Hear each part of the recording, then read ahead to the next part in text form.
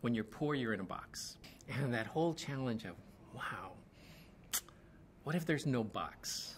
What if you really could just dream and you were all powerful and you could do whatever? If you really could do whatever you wanted to do, what would you do? And when we've done that with families, they just think differently. All of a sudden opens up things and they start doing things I could never have programmed, I would never have imagined, and things that culturally and whatever I could never do, but they could. My name is Mauricio Miller, and I'm the founder and CEO of the Family Independence Initiative.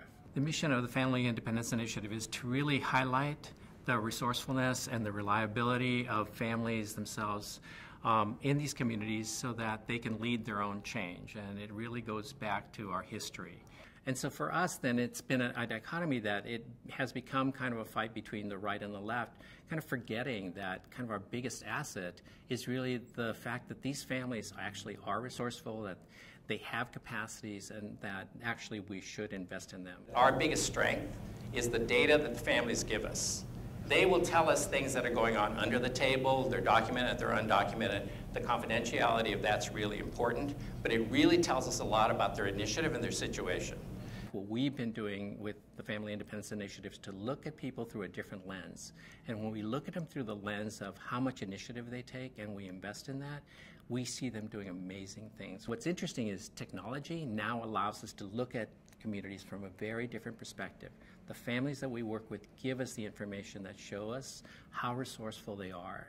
And for us, then it's like, well, when we see what you're doing, yes, we and others really need to invest in that. Our mission is to change attitudes in this country so that money goes directly to families, okay, without necessarily a bunch of intermediaries telling them what to do. My mother, who immigrated from Mexico with 2 kids, wanting the American dream, struggled a lot. It was really difficult. And I lost my mother, and my sister's life became very traumatic, and her kids really suffered. And watching my family and what they went through, it seemed that it shouldn't be quite as difficult. There had to be something that could be done. And so while I was an engineer, I decided to leave that and join the nonprofit sector in the war on poverty to look for a way that actually help could have been provided for a family like mine and maybe others. So success would really be when families, as they take initiative, get direct access to the resources that they need, and that we would offer them that access as opposed to offering them social workers or employment specialists and running them through all kinds of systems and bureaucracies. Our business model is really to be able to make this data system available to families all over the country. One of the problems in getting funding is that we were so small. Our budget, when we started the business plan or whatever, was about 2.5, maybe 3 million. I think we only spent 3.3 last year. We felt we needed to raise about $12.7 million. We started the campaign last year. We've raised now, with Heron coming in, about 65% of that. So we've raised a little over $8 million of the growth fund. And so we're doing pretty good. I think that that's sort of what we're trying to do with the families.